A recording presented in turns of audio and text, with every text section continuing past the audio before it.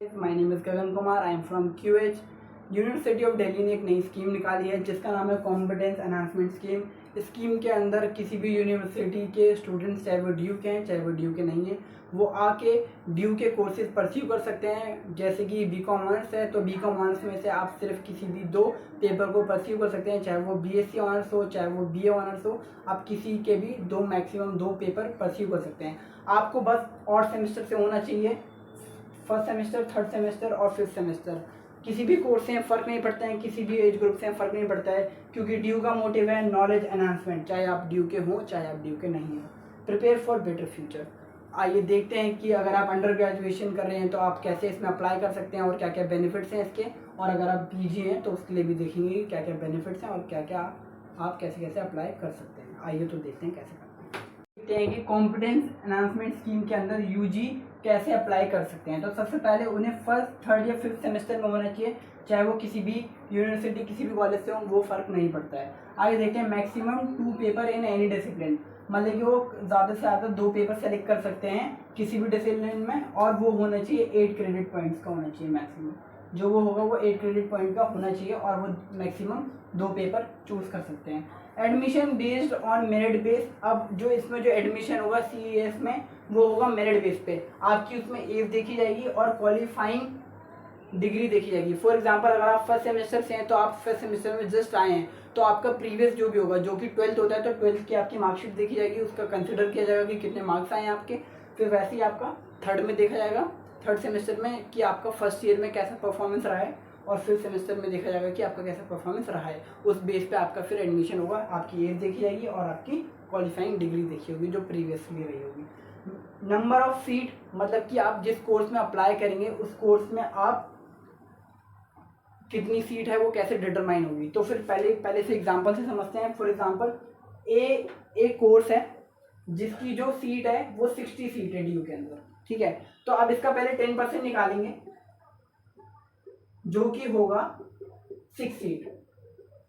6 seat है। अब इसमें बोला गया कि मैक्सिमम 10% ऑफ द टोटल और 6 सीट। अगर जो भी लेस होगा, सबसे कम जो निकलेगा दोनों में से देख के, उतनी सीट वो लोग अलॉट करेंगे। तो अगर मैंने 10 से निकाला और ये 6 से निकाला तो 6 तो आ ही रहा है इसका, तो इसमें कितनी अलॉट हो जाएंगी, 6 हो जाएंगी। अब मैं B कोर्स की बात करता हूँ, उसमें मैं मानता हूँ 22 सीट्स हैं, और 22 सीट्स जो है उसका 10% अगर मैं निकालूंगा तो कितनी आ रही है, 2.2, जिसका मतलब है कि वो 2 सीट निकालेंगे। तो कौन सा लो हुआ, 10% से लो हुआ, तो जो उस कोर्स के लिए होगा वो सिर्फ 2 सीट निकालेंगे। मैं एक और बार इसे समझा देता हूँ। ड्यू ने एक वो रखा है कि जिससे वो डिटरमाइन करेंगे कि कितने सीट कितने कौन सी कोर्स में निकालने हैं। उन्होंने एक 10% का रखा है और एक 6% का, 6 सीट का रखा है। जो भी दोनों में से लो होगा वो देखेंगे। पहले वो देखेंगे कि उनकी स्ट्रेंथ कितनी है। फॉर एग्जाम्पल अगर एक कोर्स में उनके बीकॉम ऑनर्स में फॉर एग्जाम्पल 60 सीट है, तो उसका वो 10% निकालेंगे और 10% निकाल के देखेंगे कि कितने सीट आ रहे हैं। जो 10% निकाल के देखा तो 6 सीट आ रहे हैं, और या फिर 6 सीट यहाँ पे लिखा हुआ है। अगर ये 6 सीट आ रहा है तो मतलब कि ये सबसे लो यही आ रहा है, तो वो 6 सीट अलाउ करेंगे कि 6 लोग अप्लाई कर सकते हैं बीकॉम ऑनर्स में। अब B कोर्स ले लेते हैं, जैसे ये बायोलॉजी ले लेते हैं, तो बायोलॉजी ऑनर्स में उनने 22 सीट है उनकी इन टोटल, उनने उनका 10% निकाला तो 2 सीट निकला। तो फिर सबसे आगे क्या है, मेथड ऑफ टीचिंग। तो टीचिंग के अंदर क्या है कि कैसे आपको पढ़ाएंगे, तो वो आपको रेगुलर स्टूडेंट्स की तरह पढ़ाएंगे। जैसे रेगुलर स्टूडेंट्स की क्लासेस लगती हैं वैसे आपकी भी उनके साथ क्लासेस लगेगी। जैसे जैसे उस पेपर को वो स्टडी कर रहे हैं वो भी आपको पढ़ाया जाएगा। जो जैसे जैसे प्रेजेंटेशन, ट्यूटोरियल जो उसकी जो ली जा रही है वो आपको बिल्कुल A to Z सेम चीज़ें बताई जाएंगी। कैसे उसका असेसमेंट करना है, कैसे उनके क्वेश्चन हैं, जो भी टेस्ट वगैरह है, सब कुछ सेम एग्जैक्ट उस तरीके से चलेंगे। सेम टीचर जो उनको पढ़ा रहा होगा वो आपको पढ़ाएगा, ठीक है। सब कुछ सेम होगा, आपको एक्सपीरियंस मिलेगा ड्यू के कॉलेज की तरह। अगर आप नॉन ड्यू हैं तो आपको ड्यू का पता चल पाएगा कि अंदर कैसे क्लासेस चलती हैं, अंदर का और भी एक्सपोजर मिल पाएगा, आप उसके स्टूडेंट पता चल पाएंगे और कैसे अलग अलग चीज़ें आपको पता चल पाएगा। नेक्स्ट है credit in academic bank of credit. तो फिर क्रेडिट्स जो हैं अकेडमिक बैंक में आपके चले जाएंगे कि जो आपके 2 पेपर थे वो कितने के थे, 8 क्रेडिट के थे मैक्स। तो आप जो सेलेक्ट करेंगे उसके जितने भी क्रेडिट पॉइंट होंगे वो ABC अकाउंट जिसे बोलते हैं उसमें ट्रांसफर हो जाएंगे। अगर आप ड्यू के स्टूडेंट हो, आपको पता होगा कि समर्थ अकाउंट जो है हमारे, जिसके अंदर हमारे सिर्फ रिजल्ट और जिसमें हम फीस वगैरह भरते हैं, तो उसमें आपका ABC अकाउंट को लिंक करने का ऑप्शन आता है। एक चीज़ और नहीं पता होगा शायद, या फिर बहुतों को पता होगा कि एक डिजी लॉकर करके एक ऐप आता है गवर्नमेंट का, उसके अंदर भी ABC अकाउंट को खोलने का एक ऑप्शन आता है जिसमें आपके सारे क्रेडिट पॉइंट्स दिख जाते हैं। तो नॉन ड्यू वाले जो हैं वो वहाँ पे अपना अकाउंट खोल सकते हैं और इन सारे क्रेडिट्स को फिर एक्सेस कर सकते हैं। फिर आपको एक और चीज़ मिलेगी, certificate after completion of course. आपको एक सर्टिफिकेट मिला जाएगा जब आप पूरे अटेंडेंस और सारी कोर्स कंप्लीट कर लेंगे एग्जाम दे के, तो आपको उसके बाद क्या मिला जाएगा, एक सर्टिफिकेट मिला जाएगा। ये लिखा होगा उसमें कि आपका नाम और आपने वो पर्टिकुलर पेपर पूरा कर लिया है, जो कि आप आगे अपने लिंक्डइन CV इन सब में आप अटैच कर सकते हैं। उसके बाद जो इसकी फ़ीस रहेगी वो 6,000 रुपये रहेगी, और उसकी जो रजिस्ट्रेशन फीस होगी वो 100 रुपये होगी। मतलब कि जब आप पूरा प्रोसेस कर रहे होंगे, अपना नाम वाम फिल आउट, जब आप रजिस्ट्रेशन फॉर्म भरे होंगे, तब आपके 100 रुपये लेंगे, जो कि नॉन रिफंडेबल है, आपको वापस नहीं मिलेगा। और ये 6,000 वो है जो पूरे सेमेस्टर में आपको वो पेपर का देना है। अगर आप एक पेपर सेलेक्ट करते हैं तब भी आपको 6,000 देना पड़ेगा, और अगर आप 2 पेपर सेलेक्ट करते हैं तब भी आपको 6,000 देना पड़ेगा। और ड्यू ये भी बोलता है कि आप उन्हीं पेपर को सेलेक्ट करें और उन्हीं कोर्सेज के ऊपर स्टडी करने के लिए सोचें जिसमें आपको इंटरेस्ट आता है, उन्हीं सबको पढ़ें, तो वो ज़्यादा बेटर रहेगा। क्योंकि उनका पूरा मोटिव जो है वो है कि आप कुछ नई चीज़ें सीखें जिनमें आपको इंटरेस्ट है। जैसे कि आप हैं हिस्ट्री ऑनर्स के, बट आपको कंप्यूटर में भी इंटरेस्ट आता है, तो आप BSc ऑनर्स कंप्यूटर साइंस में भी आप कोई सब्जेक्ट जैसे प्रोग्रामिंग विद पाइथन है, तो आप वो सारी चीज़ें सब्जेक्ट भी ले सकते हैं, और अगर आप में उससे इंटरेस्ट आ जाए तो। नहीं तो एक तरह से वेस्ट ऑफ टाइम भी होगा और वेस्ट ऑफ मनी भी होगा, क्योंकि आप वहाँ पे आ रहे होंगे डेली, बट आपको समझ में कुछ नहीं आ रहा होगा, बट एक नई चीज़ एक्सपीरियंस करने को तो मिलेगा। और जैसे कि बहुत सारे लोग हैं जो ड्यू में आना चाहते हैं और एक बार बोलते हैं कि काश में ड्यू में आता और कुछ देख पाता कि कैसे वहाँ पे चीज़ें चलती हैं, तो एक ये मौका है उसके अंदर घुसने का, और एक लीगल तरीके से घुसने का। बहुत लोग को आप देखते होंगे कि फेस्टिवल वगैरह में घूमते हैं, तो वो सारी चीज़ें अलग हैं। तो आपको ये सब समझ में आ गया। चलो आप PG करते हैं, और PG के बाद में थोड़ी और बातें करूँगा जो PG और UG दोनों के लिए बहुत इंपॉर्टेंट है। चलिए अब PG की बात करते हैं। देखते हैं कि कॉम्पिटेंस एनहांसमेंट स्कीम के अंदर पोस्ट ग्रेजुएट वाले स्टूडेंट कैसे अप्लाई कर सकते हैं। CES for post graduation and how to apply.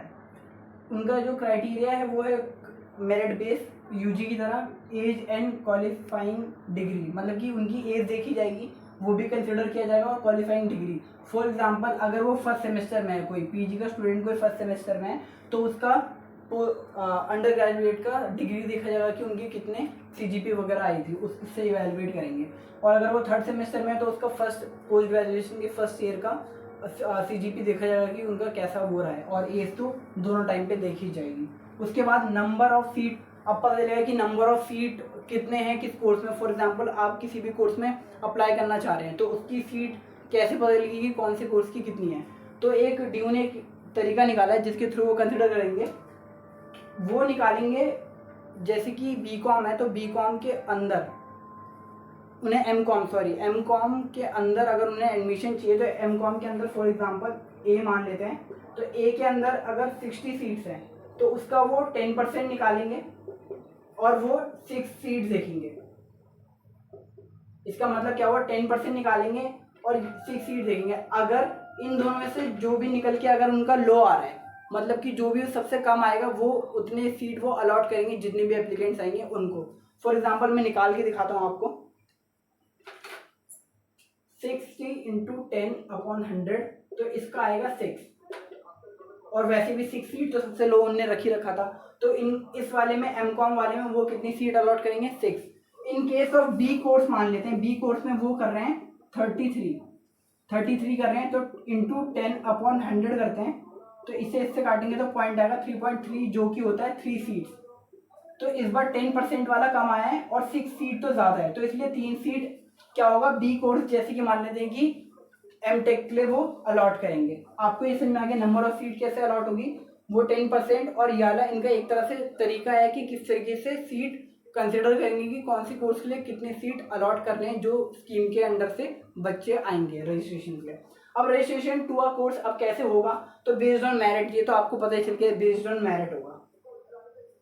ठीक है, तो फिर आगे करते हैं। अगर आपको पता करना है कि कौन से कॉलेज में कौन सा कोर्स मिल रहा है, कौन से डिपार्टमेंट में कौन सा कोर्स ड्यू ने हमें ऑफर किया है, कौन से कॉलेजेस में है, वो साउथ कैंपस है, वेदर वो नॉर्थ कैंपस है या फिर ऑफ कैंपस है, अगर वो आपको पता करना है, वो उन सब की डिटेल्स जो मैंने डिस्क्रिप्शन में एक PDF में डाल रखी है, ठीक है। और दोनों के मैंने UG और PG के मैंने दोनों के वो डाल दिए हैं PDF, जिसमें अच्छे से सारे दे रखे हैं डिटेल्स ये रखी क्या क्या आपको कैसे कैसे करना है और क्या क्या है। और मैंने लिंक भी दे दी है रजिस्ट्रेशन की, अगर आपको जो इंटरेस्टेड है जिसको इसमें रजिस्टर करना है इस सेम में, तो वो रजिस्टर कर सकता है और इन फ्यूचर भी रजिस्टर कर सकता है जिसको इस बार नहीं करना है। ठीक है, तो आगे देखते हैं कैसे है।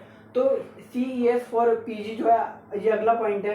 तो फिर इसमें क्या है, मेथड ऑफ टीचिंग। तो इसका जो मेथड ऑफ टीचिंग है वो सेम UG की तरह होगा। आपको भी कॉलेज जाना होगा, डिपार्टमेंट जाना होगा। अगर आप साइंस के हो तो फैकल्टी ऑफ साइंस, या फैकल्टी ऑफ आर्ट्स के हैं तो फैकल्टी ऑफ लॉ हैं, तो जो भी ऑफर कर रहा है उस पर्टिकुलर डिपार्टमेंट या फिर पूरे उसमें जाके आपको उन्हीं बच्चों की तरह जो रेगुलर स्टूडेंट्स वाले हैं उसकी तरह आपको पढ़ाया जाएगा। आपके जो भी क्रेडिट पॉइंट है वो क्रेडिट पॉइंट आपके एकेडमिक बैंक ऑफ क्रेडिट में ट्रांसफर कर दिया जाएगा, जो कि आपका 8 मैक्स होगा। कैसे 8 मैक्स होगा, आपको एक पेपर सेलेक्ट करना है या 2 पेपर सेलेक्ट करना है। 2 पेपर मैक्स आपको कितना सेलेक्ट करना है, 8 क्रेडिट पॉइंट का आप मैक्स टू मैक्स सेलेक्ट कर सकते हैं। फॉर एग्जांपल आप सिर्फ एक पेपर सेलेक्ट करते हैं तो वो बनता है 4 क्रेडिट का, या फिर वो हो सकता है कि सिर्फ 2 क्रेडिट का बने। तो जितने भी क्रेडिट का हो इन रिस्पेक्ट ऑफ कितना भी है वो सारा क्रेडिट आपका ABC अकाउंट, जिसे एकेडमिक बैंक ऑफ क्रेडिट बोलते हैं, मैंने UG वालों में बता रखा है। ये डिजी लॉकर में भी इसका अकाउंट आप एक्सेस कर सकते हैं। और अगर आप ड्यू के स्टूडेंट है तो समर्थ पोर्टल के अंदर भी आपको ABC अकाउंट का पता चल जाता है कि उसमें आपको सारे क्रेडिट वहाँ पे ट्रांसफर हो जाते हैं। ठीक है, फिर आपको एक सर्टिफिकेट मिलेगा जब आप ये पूरा कंप्लीशन कर लेंगे कोर्स के पेपर का, जो भी आप पेपर पढ़ रहे हैं, चाहे वो 1 हो चाहे वो 2, तो उसके बाद आपको एक सर्टिफिकेट मिलेगा ड्यू की तरफ से कि आप सक्सेसफुली वो कंप्लीट कर चुके हैं। इसके बेनिफिट्स ये हैं कि आप CV में लगा सकते हैं, दिखा सकते हैं कि एडिशनली मैंने ये कोर्स किया अपने साथ, और मैं लिंक्डइन में डाल सकता हूँ, इंटर्नशाला, अनस्टॉप, बहुत सारे ऐप्स हैं जहाँ पे आप अपने आप को दिखा सकते हैं। इंडीड, इन जगहों पे आपको दिखा सकते हैं। और आपके टाइम पे तो स्किल्स तो हर जॉब में चाहिए। उसके बाद फीस है, तो फीस में क्या है, आपकी 6000 फीस रहेगी और आपका रजिस्ट्रेशन फीस जो है वो 1000 रुपीज़ रहेगा। ये जो फीस है वो एक पेपर की भी 6000 है और 2 पेपर की भी 6000 है। इसका मतलब है कि 6000 जो है वो पूरे सेमेस्टर की है। फॉर एग्जाम्पल सेमेस्टर में आप 2 पेपर चूज करो या फिर एक सेमेस्टर में आप 1 पेपर चूज करो, 6000 तो आपको देने ही पड़ेंगे। ठीक है, ये अलग हो गया।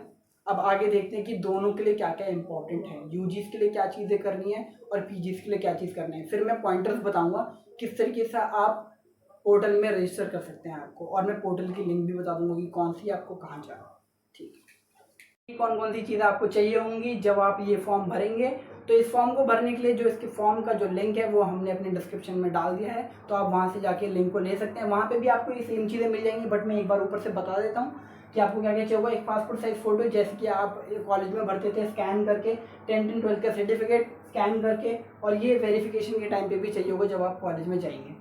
तो यहाँ पे 10th and 12th का सर्टिफिकेट और UG की डिग्री, वो सारा आपको वहाँ पे मार्कशीट सारा आपको अपलोड करना पड़ेगा। NOC अपलोड करना पड़ेगा। अगर आप UG कर रहे हैं और PG कर रहे हैं तो आप अपने कॉलेज और डिपार्टमेंट से भी ये इशू करवा सकते हैं, वो इजीली इशू कर देंगे। एंड आप अपने एम्प्लॉयर से भी इशू करवा सकते हैं। इन केस अगर आप सोल स्टूडेंट हैं तो आप ओपन से हैं तो आप अपने एम्प्लॉयर से भी इसे इशू करवा सकते हैं, ये बोल के कि मेरे को क्लासेस लेने के लिए जाना है रेगुलर में, मैंने एक कोर्स के लिए साइन अप करा है। वो आपको NOC साइन कर देगा और आपका प्रिंसिपल भी आपको साइन कर देगा अगर आप रेगुलर स्टूडेंट्स हैं तो। आपको ई सिग्नेचर अपलोड करना पड़ेगा। ई सिग्नेचर वही जो स्कैन करके हम अपलोड करते हैं, और एक वैलिड ID प्रूफ, जैसे कि आधार कार्ड, पैन कार्ड और ड्राइविंग लाइसेंस और हमारा पासपोर्ट जो होता है, ये सारी चीज़ें आपको चाहिए होंगी। और आप अगर फीस कंसेशन चाहते हैं तो जो फीस कंसेशन है वो आप अपने रजिस्ट्रेशन के बाद जिस डिपार्टमेंट में आप अलोकेट होंगे या फिर जिस कॉलेज में आपको एडमिशन मिलेगा उसमें जाके आप उसके एडमिन ब्लॉक में जाके आप उसके बारे में बात कर सकते हैं। और इन्हीं जैसे अपडेट्स के लिए और भी स्कीम और ड्यू की नई अपडेट्स के लिए या फिर किसी भी इंफॉर्मेटिव वीडियोस के लिए आप हमारा चैनल की हर्ट सब्सक्राइब कर सकते हैं। और आपको किसी से चीज़ से भी रिलेटेड चीज़ें चाहिए होंगी तो हमारे डिस्क्रिप्शन में मेंशन है। आपका कोई भी क्वेरी हो प्लीज़ एक कमेंट में छोड़ें उसे, और कोई भी अपडेट चाहिए होगा तो हम सारा इस पर अपलोड करेंगे। हमने ऑन न्यू चैनल खोला है कि ये करने के लिए कि जो भी गैप होता है 10th and 12th के बीच में और कॉलेज के बीच में जो भी होता है और जो भी चीज़ें नेसेसरी है कि जो बच्चों को पता होनी चाहिए, वो उन चीज़ों के लिए हमने ये चैनल खोला है कि उनके पास ज़्यादा से ज़्यादा चीज़ें जाएं और वो ज़्यादा से ज़्यादा चीज़ों के बारे में अवेयर हों, अपने क्या क्या वो चीज़ें कर सकते हैं, कैसे वो कॉम्पिटिशन लड़ सकते हैं और कौन कौन सी चीज़ें करने में उनका ज़्यादा फ़ायदा होगा। और हम ये सारे गैप फिल करेंगे इन यूट्यूब वीडियोज़ के थ्रू ही और हमारे चैनल के थ्रू और इंस्टाग्राम के थ्रू, जिसके थ्रू आप ज़्यादा से ज़्यादा चीज़ें इनटेक कर पाएंगे और चीज़ें जान पाएंगे कि आप कॉलेज लाइफ में और क्या क्या बेटर कर सकते हैं। तो फिर please subscribe our channel, like this video and follow for more. Okay.